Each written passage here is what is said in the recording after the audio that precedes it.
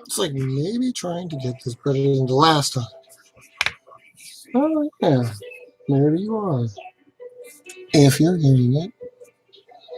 Hey, guys. Okay. So, we're going to discuss the planes a little bit here. Recently uploaded those videos so you guys can see exactly how the planes were, like flying. I had a couple of them out there featuring javelins. And javelins, of course, go the distance. Distance being like the distance your strikers, penetrators, and your dead aircraft would go. Of course, they would glide as opposed to what the interceptor does. But again, you're dealing with your various range. And I was actually literally thinking about using this also as a model form for you. But basically dealing with your house being here in the little corner section, your range is branching out from there. So if your house is on the line, your interceptor going straight line out to about there, about as far as it goes, then your long range strike, the deep penetrator, the interdictor, going probably a little bit further than that, max range, and glidable, so it would take like a loopy version to get there. The dead, the deception of enemy air defenses, doing about the same thing, gliding out there. None of these go in a straight line. The only thing that goes in the straight line is the interceptor. And of course, you can have multiple interceptors to cover multiple ranges or what have you. Your medium range birds, obviously, so you're talking about the long range strike, house, long range strike. So medium range, which we typically call medium range attack, somewhere in there. To the extent of over your enemy's airspace, to like the cross land, because of course you expect to move your battle forward, and then the medium range strikers can launch. And then your short range, which here,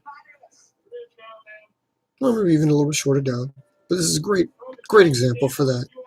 All of these do most likely glide, so it's still a loopy flight to get to there. Like I said, longest range, medium range, probably to there actually, short range, and then close range. And your medium range is also a little bit more of an umbrella, because like your patrol fighter, for example, that should probably shift a little bit up this way. And your patrol fighter here, because we're thinking around the 10-inch mark. This is a model again, mind you, but around your 10-inch mark here is where you expect like your yard to end. But basically, again, totally up to how your setting is. So facing your yard, if your yard happens to be this small, well, then you only need to go this far. But if it's this big, you better have a long range fighter for that. Striker, that is. So patrol, which again glides around your airspace. Control fighters are a little bit longer range. They're like a medium range. The fighters are totally different than the attackers when it comes to this, because they kind of overlap. They're kind of in between, whereas your close range is here and then your short range is here. Starting at your short range, going to your medium range is where patrol is, and then where patrol stops is where control starts, and that's in between medium and long.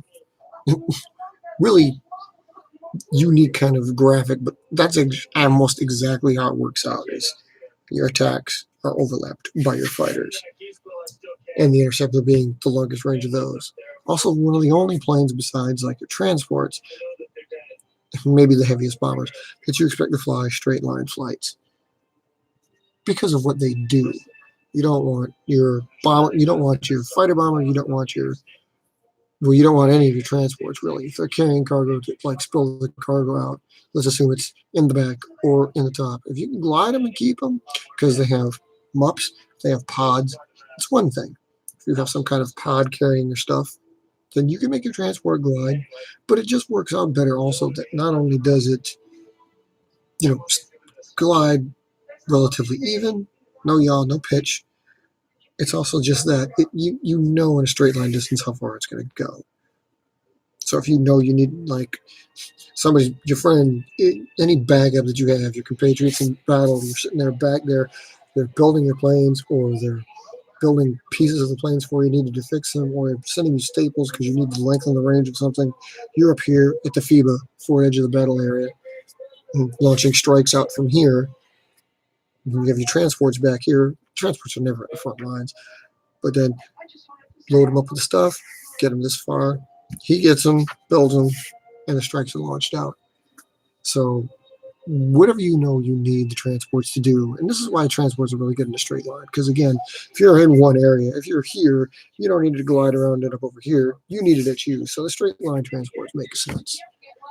And yeah, the distances were again shown on the videos and has illustrated in this crude model here, but it worked out perfectly after I gave it some thought. So you have this, and again, it's all in the eye of the beholder.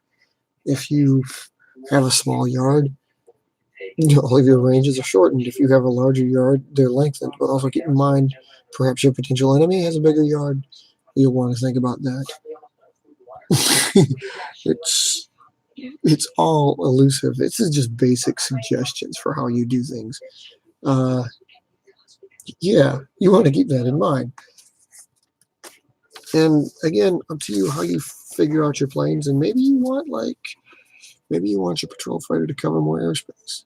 So maybe you want it to be longer than the ones that I've shown. Maybe you want it to be almost as long as the control fighter. I mean, it could be argued that you don't even need one or the other. And again, that's why to gain entrance into IVPAC and for other purposes, you don't need most of the fighters. You need the interceptor. Control and patrol, totally not needed. Dogfighter, definitely not needed. But we have found in the past that dogfighter makes for interesting battles and interesting wars, so we like to have them along for it. And the dogfighter also, that other role, probably short to medium range, dead square in the middle. That's where it usually likes to be, but it can be pretty short. Your attackers, your short range and close range, as well as your dive bombers, you saw, like ideally, are those stunt planes that you can throw at the ground and they'll pull up before they hit because their wing chord is, shorter body than longer wing, and so on and so forth. Your standard stunt planes. You want dogfighters to be similar to that, but maybe more so the fact that they just go out, they go out into a short to medium range area and then are unpredictable. Maybe something that you could depend on, like you give it a nice hard throw, it gets out, then it starts to do some stunts out there. Because the harder you throw a stunner, the more it's just going to loop, and it usually stays in a smaller area. So totally up to you how that ends up going to be, but whatever your close range is, you kind of want to expand where dogfighter is next. So you don't want your close range plane to do that. You typically want it to be something a little bit longer, because basically when you're dogfighting, you're going to be close to the enemy anyway. That's basically what you're thinking. Is you're thinking about the combat situations. You're thinking about exactly what is going on at the time, and if that is what's going on at the time, then you guys face off. He comes in, the enemy comes in, you come in close, you start to throw planes at each other. Yeah, it could be interceptors, but where's the fun in that? They're going to throw like darts. To have your plane truly dogfight, that's something cooler. So yeah, that's basically it. Just use your discretion, but keep in mind they're called short, medium, long for a reason. So don't try not to pick like your shortest range plane as your medium range plane, because that's just embarrassing.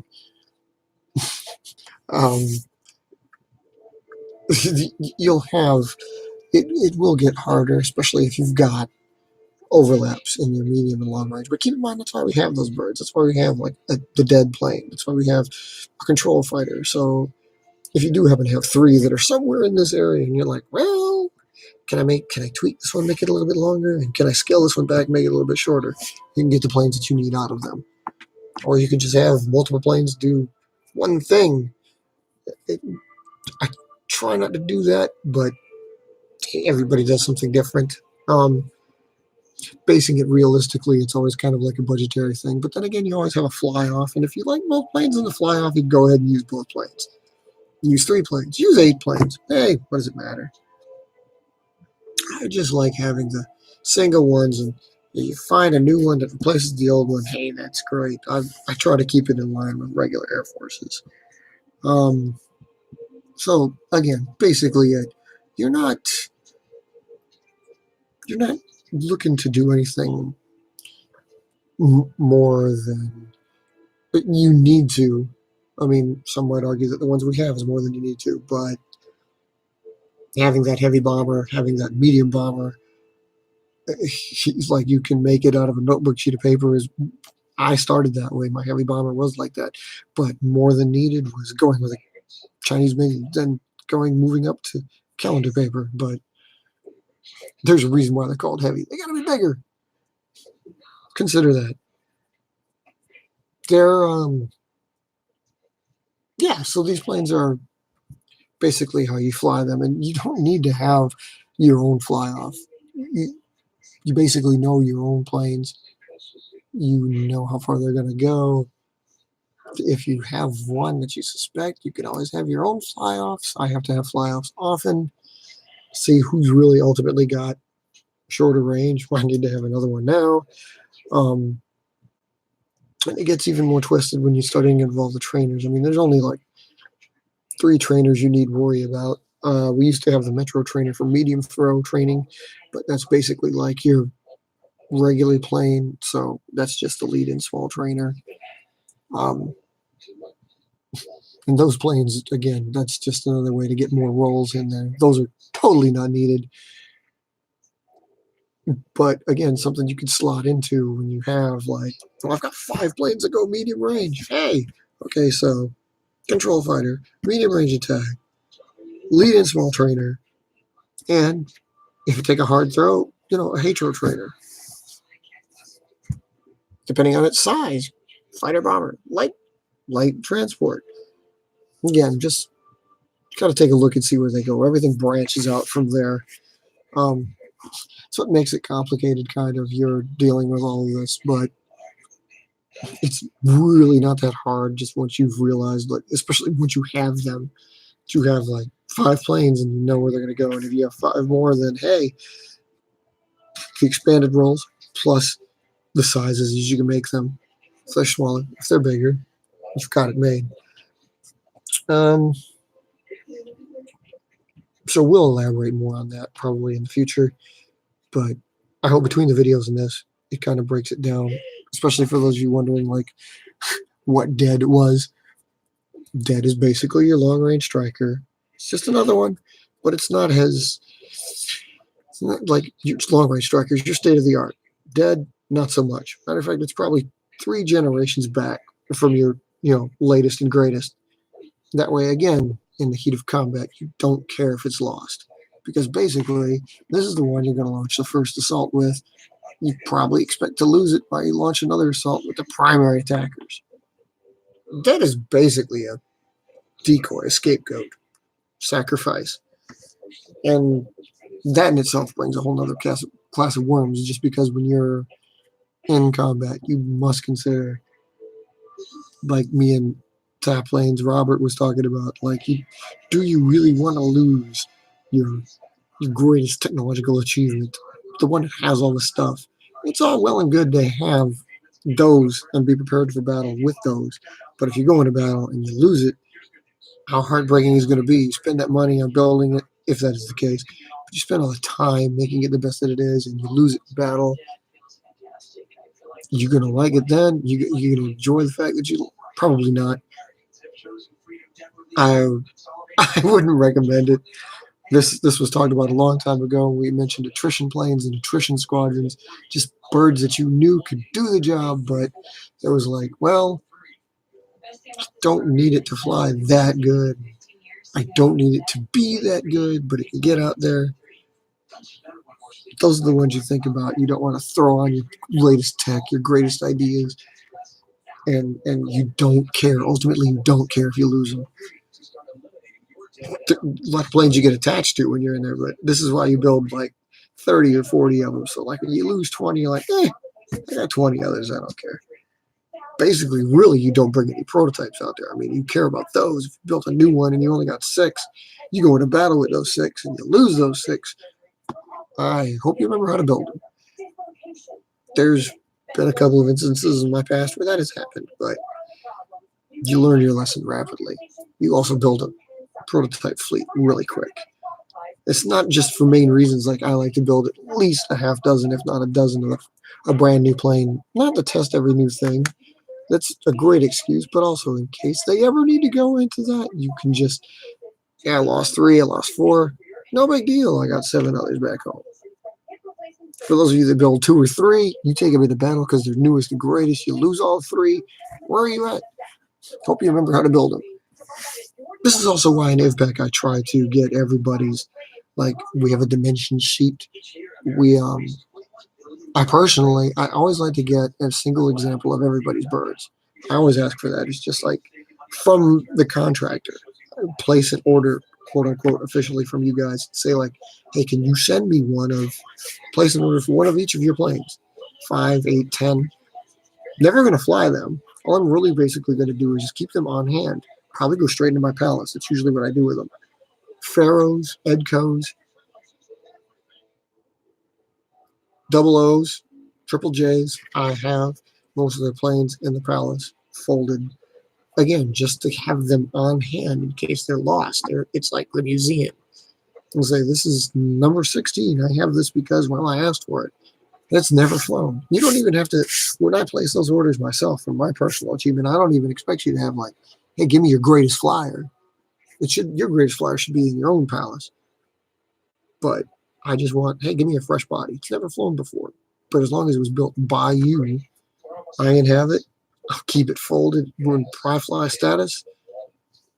Even though you'll have the wings and hedrils and add-ons put onto it, I'll keep it in there. It won't get flown. It's just there simply if like somewhere down the road you've built, I don't know, 7 of them. You spend for years, you go away from it. You're like, oh man, I wish I could remember how to build that plane. That's why you have that plane. Some people, believe it or not, forget that. And I can use, sure, it's my knowledge and I extend on to you guys and you can remember like, oh, hey, that's a great idea. Let's stick one of each in the palace. Yeah, but, what if your palace is destroyed? What if it gets wet in the hurricane, flood? There's a great many what ifs. What if you lose it in a move? I mean, anything could befall it. So this is why it's nice to get them out there, show how to build videos. But like somebody else having one, latest and greatest, like, hey, can I have that plane back so I remember how to build that? Thank you very much. Comes in so much more handier than you realize. It had more meaning way back when we were doing it as opposed to now. Like if you get a how to build video, does it matter anymore? No, probably not really. It doesn't really matter much. But again, it's nifty to have. And I just like to have them because, again, I like to have them. This is like, hey, this is a Pharaoh-built aerator. Besides me and aerator, who else has one? Unless the enemy acquired it? Nobody. It's cool to have. There's another way we could branch out. Like me and OAE were talking about that was like, it'd be so cool if somebody was in a repair shop. I had a plane, was damaged, sent it out to him. He could repair the plane, send it back. He's like some kind of logistics center. It's like, oh man, your wing's destroyed. Well, I can fix that. Maybe it takes tape. Maybe it takes nothing, but it's just pretty cool. Again, just one of those many things you should keep in mind.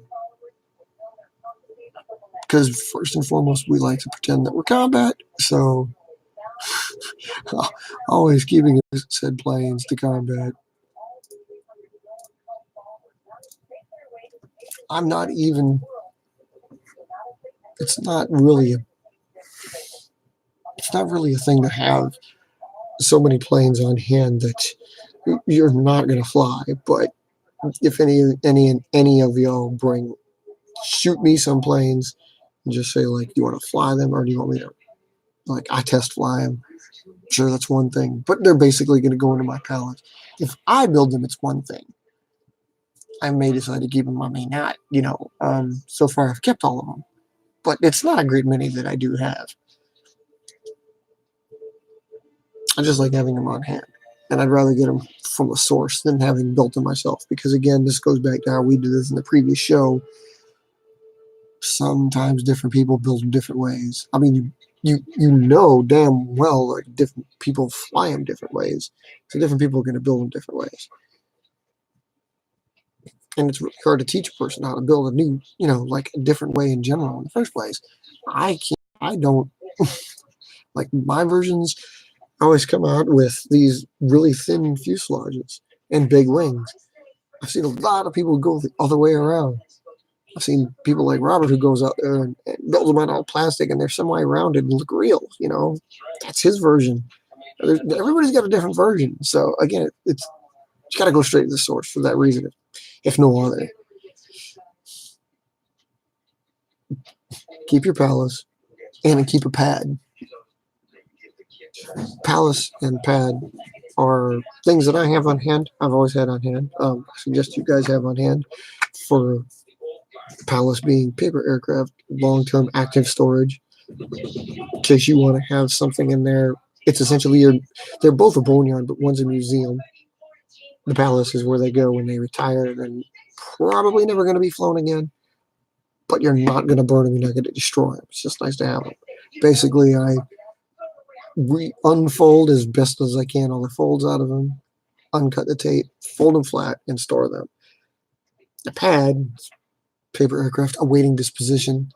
Used to be awaiting destruction, but I did away with that because it's like, well, they're not going in there totally to be destroyed. So, because I used to have 3 of them, used to have 4. I used to have the mobile hangar. There's always 4 shoe boxes involved. There's the mobile hangar. These are the planes that are flying today. The pad, the ones awaiting destruction. The Palace, which was, the museum, that never went out. But then there was passive. I called it passive. It was PHSIF, and it was lame. Basically, the median range between the flights and non-flights, and planes in there would fly, but it's like I'm kind of on the verge of throwing them out. Mostly I was on the verge of throwing them out. I mean, they were going to be flown, so it's another hangar, but it was like, basically it was a way to shoo them off into that. So I didn't like that. It's like, well, we're just bringing boxes out, It didn't last very long, but it was funny to have it. It was basically just another reason to take shoe boxes out there. How young and naive take shoe boxes out there. You know they're going to get crushed. Some of you out there really know they're going to get crushed. Try to get them out of a shoebox if you can. There's only a scant few planes that can handle a shoebox for very long. Your interceptors might. If you have a series of planes that are so much alike and short that you can stand them on their nose. My vampires are a prime example. You may have seen the pictures of those. That's something like, hey, these are great to stick in there. They fit perfectly. By all means, do it. But ultimately, you're looking for something that can be hung. But no, basically, what you want to do is just get out of a box altogether, and like only when you go out do they go. And even then, you should probably take it on a mobile hanging aircraft shelter. It's taken me years to get that far, but finally got them all like that. I'm still not out of the shoebox at all. I'm trying to get them out of there as we speak. I have a few, but I've emptied out 3 recently. 2 more be ready to empty out. Sometimes it's all you can ask for. So anyway, the rolls and a little bit of embellishment on how you should store them. I highly recommend having your own palace. Whether you have your own pad or not, you can just have a pile. But a pad is sometimes nice. Some tests that didn't go good, or like this plane flew good for a while, got sucked into the water. You could palace that. You could pad that. This plane I built 10 years ago, but it never flew good. Burn it. It's just nice to have the box, I guess. But I only recommend having the 2 or 3 boxes max. And the ones that go out definitely should be hung. It's not like it's newer technology. Dr. Nino Maya made that a long time ago, and illustrated that with his white wings. If you remember the white wings, which are fabulous flyers, by the way, even though I think that phrase might be licensed, I'm not sure. But like, over the Oriental way of flying, their paper airplanes are a lot more They fly these, but they also fly great origami, and they also fly more traditional winged and tail-planed birds. And white wings, a lot of white wings are like that. And the real only way to do white wings, if you don't want them to crush other planes or themselves, is to get them hung. Just hang them up by their noses. Uh, he showed illustrations of that, and of course it works with any plane because the nose is a great place to grab them. Alternately, you could grab them by the rudder. It's not as bad having the weight down there. It's just easier to grab the nose. Supposedly probably better to grab them by the rudder because that way it closes the wings, it saves you on some space, and with the wings being up, they're less likely to get crimped on others down there. But, and believe it or not, while I'm talking to you about this, I'm actually having an epiphany. It's just like you should alternate them probably and have the nose up on one and then the rudder up on the next one so that the flying surfaces, in this case the anhedrals, this is a venom, they don't meet and thereby fold or crush the other ones even when they're in storage while they're being hung. This one's like this, but the other one's like this. They'll never touch. Well, I wouldn't say never, but it is a good thought. So again, there's something to keep in mind, but try to get out of those boxes. You almost need the boxes when you're in combat because seriously, how else are you going to take them outside all at once? I used to have a box of javelins. Actually, well, not right now. Not right now, but I used to have a box, or at least a stack of javelins right by the window at all times so that something happens, out the door, out with the plane. The interceptors go, what's going on? Used to be almost like an early warning kind of plane, but there's really, like, seriously, there's nobody in there going, hey, got action out here, you might want to start flying. No, that doesn't happen. Early warning is just word of mouth. Good idea, but this is where the modern drone explosion can come in handy. Is like somebody with a camera can fly his drones like, hey, I'm reporting some activity in your quadrant. You may want to get out there and start flying. This is neither here nor there. Whether you want to do something like that, it's totally up to you. It's just a unique aspect and something somebody's bound to explore.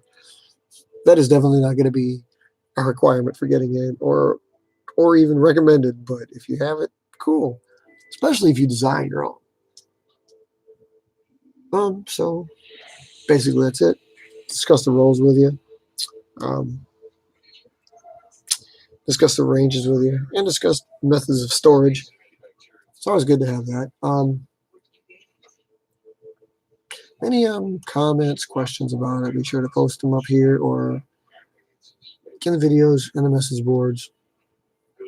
Just get them out there on the Facebook page. We'll try to address them when we can. And I'll probably give a couple more demonstration videos out there pertaining to their individual flights. I mean, if you've gone back through our history, you've seen some, so you know, like if I've got a sortie of like wyverns out there, and I know there's a couple of wyvern videos. Wyvern's a great example of a control fighter. If you've watched its flight, you've seen like you can argue, well, it just looks like a phase, but I mean, to see it live, you know, like, hey, it didn't fly that far. I mean, you can always have a fluke if you've gotten 20 of each plane, and 19 of your 20 of this one always fly long, and then but like your other one's got like 10 of the 20 always fly long. That's obviously not going to be as long as the other one. So it could be the dead, or it could be the control, or it could be a medium range, and that's how you learn. You figure out how to step down. That's how I step down with mine. I mean, basically the wyvern, basically the phases, their flight profiles very identical, but on average, the phase just beats the wyvern. So wyvern's the control fighter. It doesn't look enough alike. In some people's cases, you might have a plane like it's perfect when you have, in my case, a phase 3 looks like a phase 4, looks like a phase 5, looks like a phase 6. So the dead and the long range striker are like perfect. You know, it's like, okay, we know it's a decoy. Which one's the decoy? Which one's the striker? I could just as easily make a wyvern be the dead and the phase 3 through 6 be the strike planes. But it's not as successful because you could tell if I'm watching a wyvern, hey, that's not the real strike. So deception being the key to those, you may want to consider that in which case you want to have a variation of your long range. It'd be your dead plane. Again, something to keep in mind. Venom's the same example. This plane was my medium range striker for the longest time until the NG, which is this. And these one-offs, which really can't be considered one-offs anymore. Most of them fly as good as this first one did, and NASA's can attest to how far this one flew. Yeah, you remember chasing this one down in Lafayette. Okay, you could remember watching this thing fly. Yeah, this one just kept going, but that's a one-off. No other Venom's done what this one did. It was a culmination of a great many things. I threw it at the right time. The wind was flying right, and it just kept going. Everyone has had their one plane that has done this, so you're like, wow, Jude, that's your big plane. But no, it doesn't have to be your striker just because it does that one time. The other Venoms on standard Venoms don't do that. That being said, if I start mass producing these and they do they do have that kind of range, guess what? They're probably going to take over. I'll be the first to let you know when that happens. Anywho, good explanations there. Again, if you have any questions, post them in the comments, post them at the message boards, post them on Facebook. We'll try to get to them. We will get a couple more videos out like this to tell you guys, show you guys, hopefully a little bit more what is what. Hopefully you can look through them and ascertain for yourselves which ones are which, but I gave you the ranges, and if you can access our sheets, which you should be able to access our sheets through our Google documents, you can tell how far they fly and when they fly that far, what they do.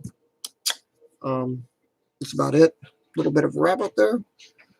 It's a nice one. Nice talking to you guys. Basically, hey, keep them flying.